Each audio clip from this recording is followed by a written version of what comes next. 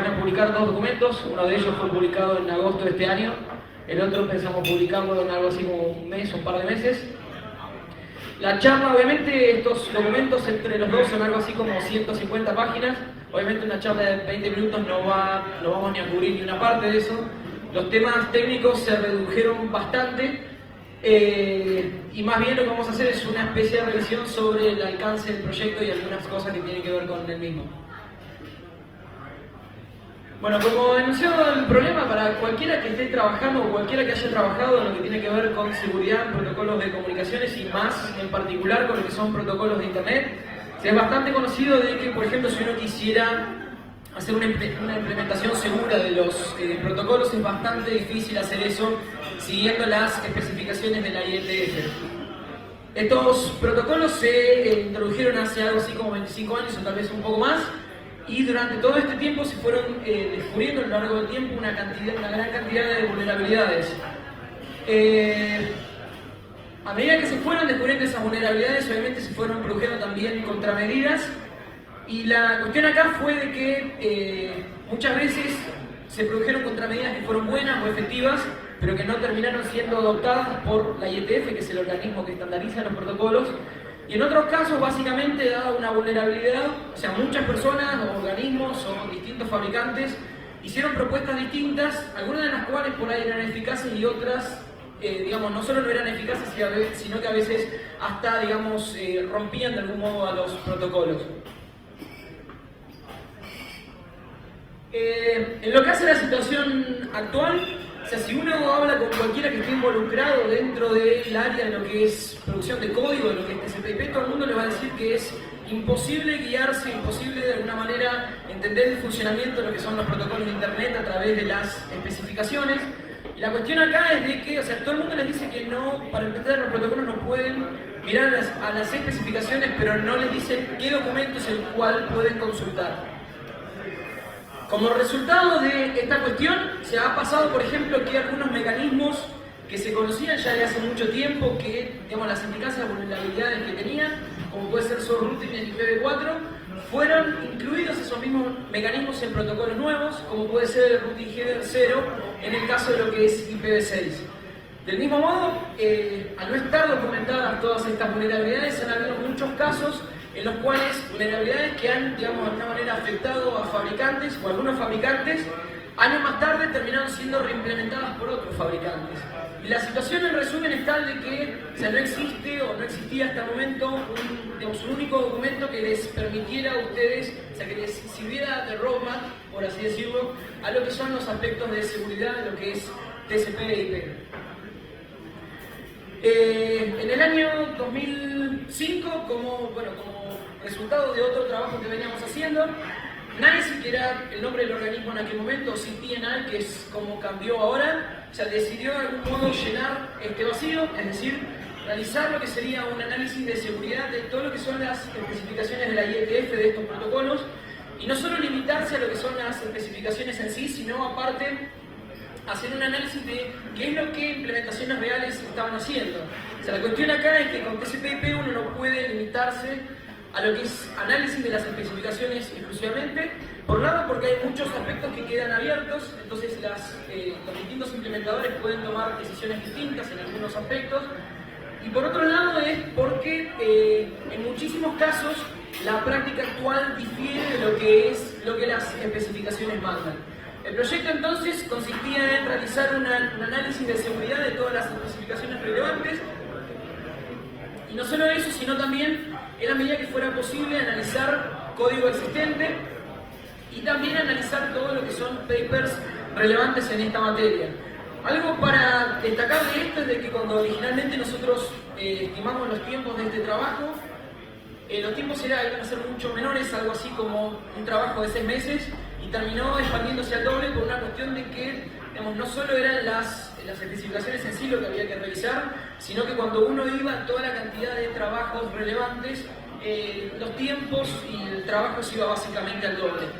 En estos dos trabajos, uno que se publicó, otro que se está por publicar, las referencias son algo así como más o menos unos 100 y algo, 150 papers, los cuales obviamente para poder referenciarlos hubo que revisarlos también. Entonces a veces, digamos, el enunciado o la descripción del proyecto es un poco injusta en ese sentido. Y como última cuestión, aparte de producir este documento que sirviera como roadmap en lo que serían los aspectos de seguridad de estos protocolos, la idea de CPNI era, una vez terminado este trabajo, llevar el mismo a lo que sería el ámbito de la IETF para que digamos, estos cambios o estas recomendaciones fueran adoptadas por la IETF en sí.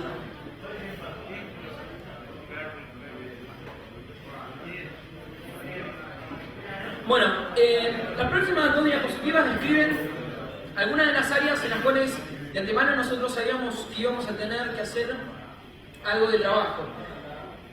Lo primero que se lista ahí tiene que ver con el límite en los distintos campos. En general uno cuando piensa este tipo de cuestión, o sea, suena que es obvio o directo cuáles son los límites admisibles, si se quiere, en los distintos campos de los protocolos.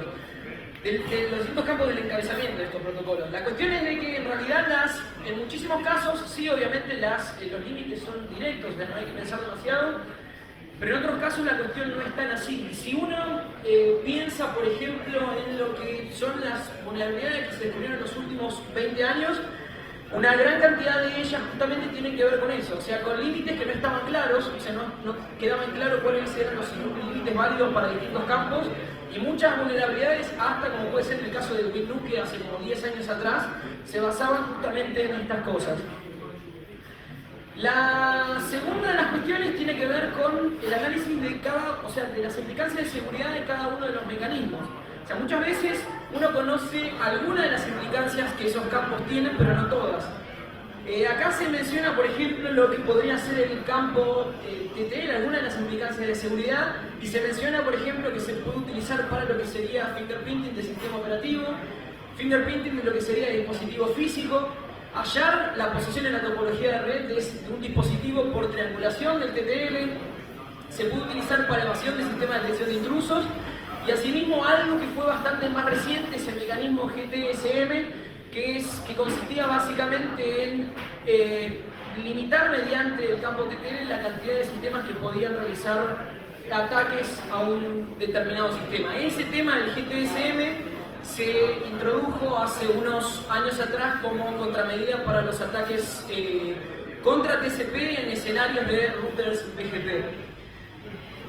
Otra cuestión tiene que ver con el procesamiento de opciones. Si cualquiera agarra y se pone a revisar las especificaciones, durante los últimos 20 y pico de años se introdujeron una gran cantidad de opciones. Algunas de ellas originalmente eran experimentales y nunca se implementaron. En algunos otros casos sí se implementaron, y pese a que esas opciones quedaron en desuso, por ahí muchos sistemas actuales las siguen procesando. Entonces la cuestión acá era básicamente analizar a ver de cuál de todas las opciones existentes, cuál de ellas había que procesarlas y cuáles no. O sea, acá surge de vuelta la cuestión de que, digamos, en muchos casos uno supone o cree que es obvio ver qué opciones se procesan y no. Sin embargo, la cuestión no es tan así. O sea, en el caso de, por ejemplo, opciones IP tienen lo que es IPSO o IPSO, que son opciones de etiqueta de seguridad, nada que ver con lo que es IPsec, que muchos por ahí suponen de que son opciones que están en desuso. O sea, lo único que sirven es de alguna manera para etiquetar los paquetes y especificar el nivel de seguridad. Si bien en ambientes comunes, en general no se utilizan, en ambientes donde se precisa de altos niveles de seguridad, estas opciones sí son utilizadas. En el ámbito de defensa se utilizan bastante. Entonces es un caso por ejemplo, de opciones que se suponía que no se utilizaban, pero sí se utilizan. Otros ejemplos puede ser el caso de subrouting, que obviamente hace muchísimos años de que muchos fabricantes, muchos sistemas operativos no procesan, pero sí existe, al menos dentro de lo que es el ámbito de proveedores de internet, en el caso de peering, muchos sí requieren el soporte de estas opciones. Otra de las cuestiones en las que sabíamos que íbamos a tener que hacer algo de trabajo es en lo que tiene que ver con políticas de protocolo, no mecanismos, sino políticas. Un ejemplo puede ser en el caso de reensamble de fragmentos. O sea, es conocido de hace como 10 años que el tema de fragmentación se puede utilizar para evasión de sistemas de detección de intrusos, pero en general no ha habido mucho análisis en el sentido de qué es lo que uno puede hacer para minimizar de alguna manera la explotación de esos mecanismos. ¿Y qué más? Bueno, siguiente. Bueno, la siguiente diapositiva va a algo del trabajo que había que hacer en el área de lo que es TCP. La primera área tiene que ver con el tema de lo que son el rango de valores aceptables. Esto es algo similar al caso de IP. Hay algunos, digamos, en algunos casos obviamente las respuestas son directas y en otros no tanto. Yo personalmente lo estuve probando recientemente, por ejemplo, ataques con lo que tiene que ver con opciones MSS. Eso se conoció como Rose Attack, alguna cantidad de años atrás, no sé si 10, 5 o algo así. Pero no hay nada, por ejemplo, hoy por hoy que establezca cuáles son los límites aceptables, por ejemplo, para el caso de estas opciones. La idea era, obviamente, entonces, establecer límites que los fabricantes pudieran implementar. La otra cuestión tiene que ver con el tema de aleatorización de puertos. Este tema es algo que viene dando vuelta hace 1000 años y que a medida que pasan los años, por una u otra cuestión, vuelve a salir a la luz. La última vez que salió fue con el caso de los ataques de DNS que hubieron hace meses atrás. Y lo cómico, si se quiere, de la cuestión es de que cuando se estaba realizando el proceso de divulgación de estos ataques, CERCC, que fue el encargado de hacer la divulgación, le enviaba a los fabricantes un trabajo que habíamos hecho nosotros en materia de aleatorización de puertos, siendo que este trabajo era público desde el año 2004.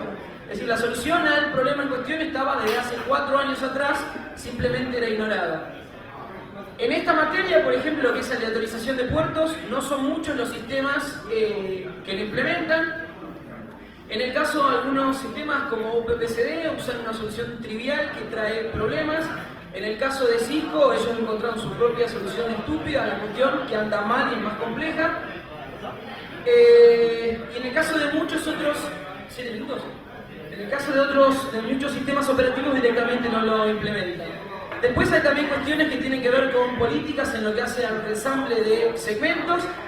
Y una cuestión última, pero no necesariamente menor, o sea, parte del objetivo, no objetivo principal, era ver qué se podía hacer para reducir la precisión de herramientas como Nmap. O sea, todo el mundo sabe que si hoy corre una herramienta Nmap contra un sistema, casi les permite detectar exactamente cuál es la versión del sistema operativo que están utilizando, y a un nivel que es ridículamente bueno. O sea, es realmente inentendible cómo eso puede suceder. La cuestión acá era establecer criterios comunes, entonces, para que de alguna manera se pudiera reducir la precisión de esta herramienta. Como resultados preliminares, en agosto de este año, después de casi 2 años más o menos que el documento estaba listo, se publicó el primero de los trabajos que habíamos hecho sobre IP en agosto. Y el documento era algo, no sé, 50, 60, 70, no me acuerdo cuántas páginas. Ese es el publicado. En el caso del documento sobre TCP es básicamente el doble en extensión, doble en cantidad de referencias.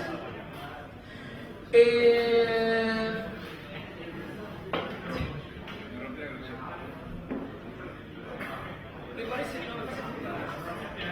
Bueno, como parte del trabajo que hicimos nosotros, es decir, habiendo producido lo que eran las versiones preliminares de este trabajo, los distintos fabricantes fueron notificados. En general la respuesta de fabricantes fue bastante poca desagradable, si así se quiere. O sea, en la gran mayoría de los casos no contestaron. O sea, Cisco en particular, que tiene, o sea, su política o no política de no sé qué, fue una situación en particular graciosa, si se quiere, porque Cisco puso un equipo entero de ingenieros a trabajar sobre el documento y había pedido una demora en la publicación bajo la promesa de que iban a proveer información, si se quiere, técnica sobre el documento. Después de tener durante un mes un equipo de ingenieros, enviaron algo así como 10 comentarios, 8 comentarios eran sobre tipografía, comas que omitimos, puntos que omitimos.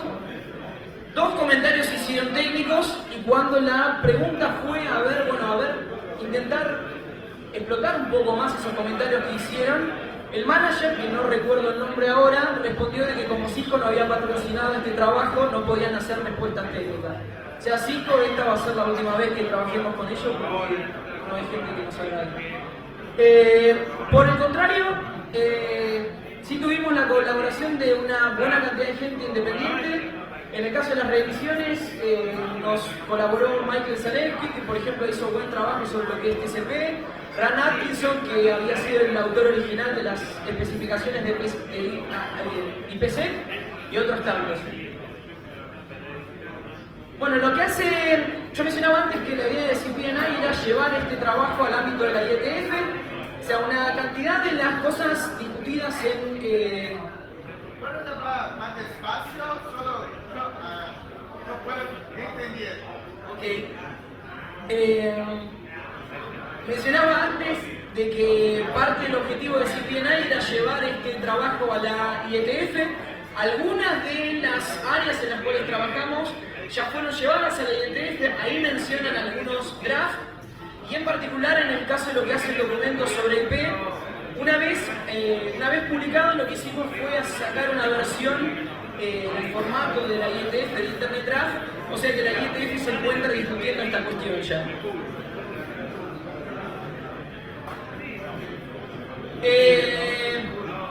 Un comentario más en lo que respecta a la actividad de la IETF es de que no, en general, es una actividad que es bastante ardua. O sea, nosotros tenemos algunos trabajos que datan de hace 4 años atrás y continúan todavía para ser publicados como RFC. Como motivador de eso, dentro del ámbito de la IETF, en algunos casos es de que se supone de que van a haber protocolos nuevos que van a reemplazar a los viejos, por ende no tiene sentido trabajar en esos viejos. Y por otro lado, en general hay oposición de fabricantes, Cisco, por ejemplo, a lo que son implementación de mecanismos de seguridad. Sí. Bueno, algunos, obviamente acá no daba el tiempo para hacer un resumen de los resultados técnicos, o sea, se va a proveer acá el URL de lo que es el documento publicado, del otro habrá que esperarlo, pero sí menciono 2 o 4 temas, los cuales se han discutido en los últimos años bastante. En algunos de esos casos, creo que fue hace 1 año, 2 años, hubo incluso el paper de Amir Klein sobre lo que era la selección de IP/IDs. Mencionamos acá resultados en algunos aspectos, en los casos de que es aleatorización de timestamp, puertos e ISNs, cuál fue la conclusión o resultado al que llegamos, y en el caso de lo que es IP/ID, cuál fue la conclusión también. De vuelta, o sea, esta es la única diapositiva casi sobre aspectos técnicos, el resto lo pueden ver del trabajo en cuestión. En lo que hace a conclusiones, o sea, la cuestión es de que, bueno, no se ve el chiste de Dilbert, pero el que lo quiera lo paso, después subo las diapositivas.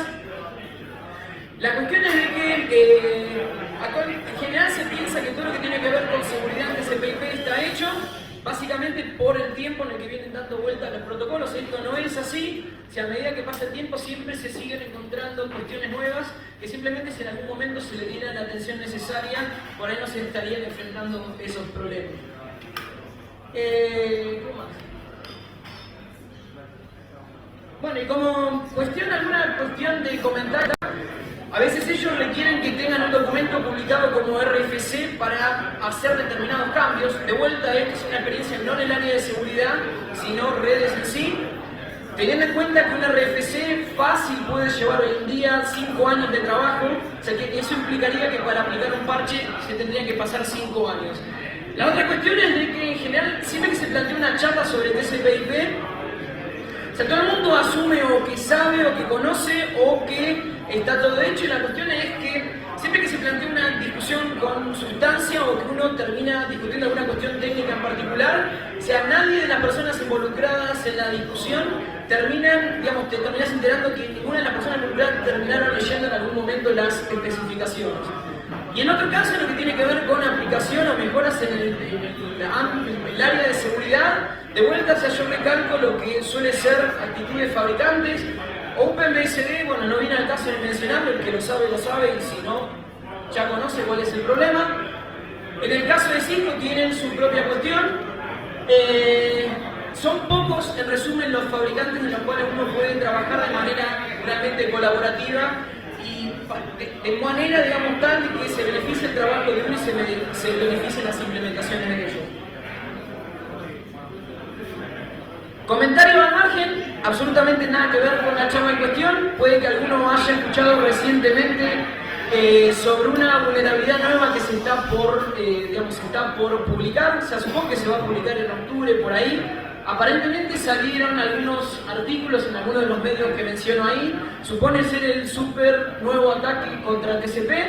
O sea, hasta lo que pude chequear, es básicamente los ataques variantes, los ataques NAFTA o NetKill, pero bueno, implantado por Dan Kaminsky, creo, hace un par de meses atrás. O sea, siempre es como la recreación por ahí de ataques nuevos que parece como que el mundo se va a caer, pero por ahí no siempre se cae.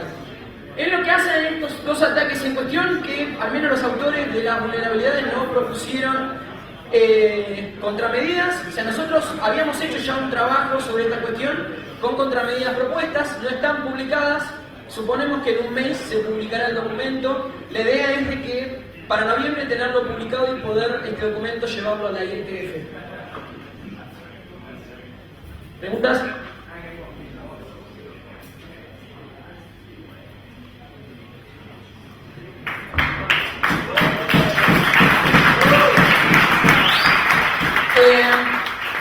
En esta diapositiva tienen el mail. Si alguno baja el documento o alguno de nosotros en los que estuvimos trabajando y tiene algún comentario, puede escribirlo ahí.